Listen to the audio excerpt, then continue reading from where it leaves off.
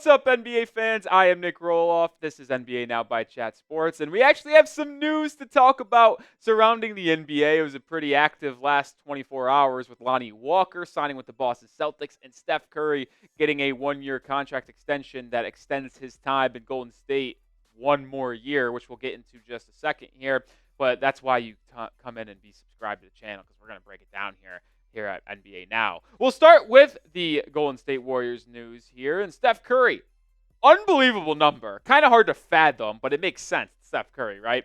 But you just see the number come across your timeline, and I'm like, whoa, $62.6 million over 1 year. It's a one-year contract extension, which will keep him under contract through the 26-27 year that is coming from ESPN's Adrian Wojnarowski. And I do find this a little fascinating here when it comes to the Curry situation. It makes a lot of sense for Golden State to pony up, give him whatever money he wants, right? But I'm intrigued by Steph Curry already agreeing to this one-year extension, not knowing what the plan is for the Golden State Warriors in the foreseeable future, because we've documented it on the channel here and my thoughts on the Warriors, which we're going to rehash later on in this show. But I am interested and fascinated by Steph Curry already agreeing to a one-year extension in 26-27. But make sure you are subscribed. We mentioned off the top, we're going to cover every single piece of my NBA news and rumors here at the channel. So make sure you are subscribed. Even when the NFL season is just around the corner, we're going to have you covered with NBA. All right, let's kind of get back into the flow of things here with Steph Curry. This is an absolutely no-brainer for the Warriors. If you received word from the Steph Curry camp and his agent that he wants to sign a one-year extension, you say, okay, what do you want? Because Steph Curry is the greatest Golden State Warrior of all time. He is the Golden State Warriors. If you talk to anyone in the NBA circle or around the world even, and you say Warriors, they're going to say Steph Curry. But like I mentioned, I'm surprised. Like, I didn't think Curry would be able to want to sit down and commit to Golden State long term like this. I know it's only 1 year, but when you look at what Golden State will be working with in that 26-27 season, when Steph Curry just signed that one-year extension, these are the 7 players under contract for Golden State in that year. Podziemski, Buddy Hield, Andrew Wiggins, Draymond Green, Kyle Anderson, and Trace Jackson Davis. Those are the 6 players surrounding Steph Curry. And by the way, I did want to mention this. That year will be Steph Curry being 38 years old. Like, I've mentioned this a couple times. I do not love the direction of the Golden State Warriors. Like, do they need to give Steph Curry his money and do everything in their power to keep him in Golden State long term? Absolutely. But they also need to find a direction that can really make sure Steph Curry has the best chance to compete and contend for NBA championships at the tail end of his career. One of the most well-decorated players in all of NBA history. 4 championships, multiple MVPs. But are we going to sit here and let Steph Curry waste away the end of his career on a bad Golden State Warriors team? I don't know if I want that. I don't think NBA fans want that. So if that's going to be the case, what is the Warriors' plan to make sure they can still remain competitive in a Western Conference that only continues to get better and better every single year? And we're going to take a look at the Western Conference standings here. But just quickly, you got the young guns coming up and up and up. And this Warriors roster isn't anywhere close to being good enough to compete for an NBA championship, let alone making it to the second round of the Western Conference playoffs. Let me know if you agree, though. Are you concerned about the Warriors and their long-term direction, or at least their direction with Steph Curry still on the team? If you're with me, type Y. If you're telling me you're wrong, Nick, I don't know what you're talking about, type your N's.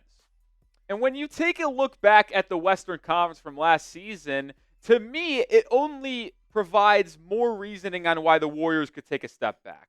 Because are they jumping any of the 9 teams ahead of them? I don't think they are. The Thunder, Nuggets, Timberwolves are all going to be atop the Western Conference again. The Mavericks are going to be up on top. I think the Suns are going to have a bounce back year. New Orleans got better with DeJounte Murray. I think Sacramento got better adding DeMar DeRozan. They're going to be better. So the only teams that I could see potentially taking a step back from last season are the two LA teams, the Clippers and the Lakers. But I would still believe the Lakers roster is better than what the Warriors got right now. The Clippers are fascinating because they could come back.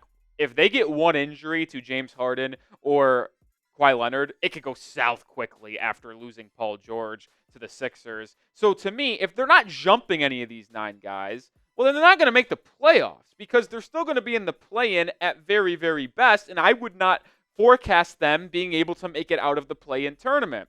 And then you also have to factor in some of the teams that are getting better from last season that aren't even in the top 10. The 2 teams, the Memphis Grizzlies, who I believe are going to be a top 6 team in the Western Conference this year. I do. I'm high on their roster. They're always competitive. They're always good with Ja Morant. And now that trade that they made to get Marcus Smart now is actually able to come to fruition in terms of their vision of having Smart and Ja Morant, with Desmond Bane taking another step, Jaren Jackson Jr. taking another step. I think the Grizzlies are going to be really good this season.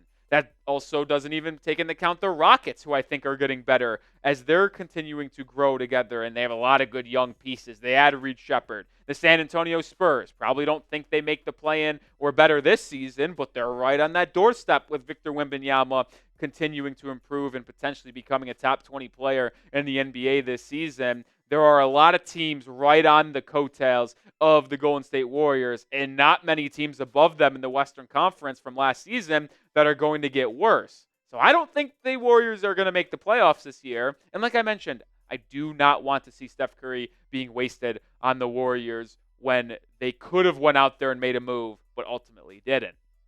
If you are a fan of the Warriors or any other team in the NBA, make sure you are representing your individual teams with grabbing your favorite team's hats. Any type of style, any type of size, fitted, adjustable, dad hat, trucker hat, don't matter. Whatever your favorite team is, we got your hats in stock at chatsports.com/NBA hats. Whatever style, they got the coolest ones over there. Like I said, that link's going to be in the description and comments, chatsports.com/NBA hats. All of this could have been avoidable if you're asking me, if they just went out and made a move. Most notably, Lauri Markkanen, and they never offered one of Podziemski or Jonathan Kuminga, which is a head-scratcher. Don't really understand why that didn't come to fruition for Golden State. And maybe Utah was asking for too much, but my thing is, like, you got to pay a premium to get an NBA All-Star like Lauri Markkanen. And if you want to go in and just trust Kuminga and Podziemski to take next steps for you to be able to compete, go ahead. That's your right. I just don't think it's the best plan of action for the Golden State Warriors because I don't think they're going to make the playoffs this year, and it's going to be disappointing to see a Steph Curry-led team struggle once again.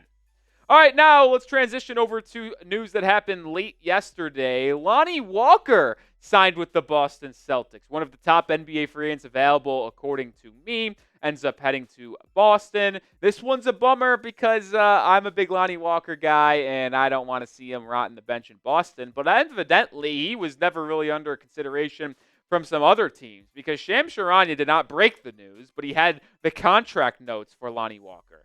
Exhibit 10. Yeah. And it allows, I guess, the Celtics to give a bonus to Walker if he doesn't make the team after training camp and plays for the G League affiliate in Maine and the Maine Celtics. But, like, I don't get it. Is his stock really that low? Like I mentioned, I'm a Lonnie Walker fan. I think he's has the potential and ability to bring a lot to the table offensively off the bench. How is he at best getting an Exhibit 10 deal? That makes absolutely no sense to me. He averaged, I get it, not money minutes and not many times of being impactful in play time for the Brooklyn Nets, but he shot pretty well from three. To me, he is a spark plug scorer off the bench that can really provide you with high energy minutes if he comes into the game. And I know it's in 2023, but you look back to what he did in that playoff series for the Lakers against the Warriors. He single-handedly won them a game early on in Los Angeles coming off the bench, and he was able to go nuclear. You're telling me some teams that might not have a chance to make the playoffs, or even teams that are going to be in the postseason, don't want a player that is a microwave scorer off the bench. And sure, I know the defense isn't great, but like, what are we doing here? There's players in the NBA that have standard contracts that are much worse than Lonnie Walker. I can absolutely guarantee you that. And I give Brad Stevens and the Celtics credit because if he ultimately plays in the G League for the Celtics this year or makes the roster, this is going to be a contract and player we look back at in mid-January and February and are going to be like, how did Boston sign him for this less or this amount of money and they're getting this impact? It's frustrating to me that the best team in the NBA gets an absolute steal on Lonnie Walker. I don't understand how the rest of the NBA let this happen.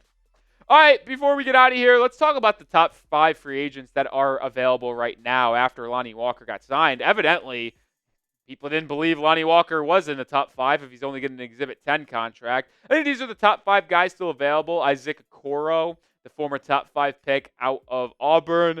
The former number 1 overall pick out of Washington, Markelle Fultz, who I don't understand how he's still out there. He is an excellent defender and can be a really good guard off the bench. Dennis Smith Jr. is another player that's pretty solid off the bench defensively. And then Jay Crowder and Cedi Osman are another couple of guys that I think are very good. I think all 5 of these players can be rotation type guys, maybe 7th, 8th, 9th mans on rosters, but maybe I'm just thinking wrong here. I don't know, man. I really like Markelle. I really like Dennis Smith Jr. too for their specific roles. I don't understand how they're still out there in NBA for agency. Predict it, though, for me down in the comments section. Who is going to be the next free agent to sign in the NBA? You want to go crazy, give me a name and team, too, but drop a name below. Make sure you are subscribed to the channel because if there are signings in the NBA heating up, about a month away until training camps begin, we're going to have you covered. Daily content here at Chat Sports spanning across multiple sports leagues, and we're going to continue to bring you NBA coverage on a weekly basis, so hit that sub button.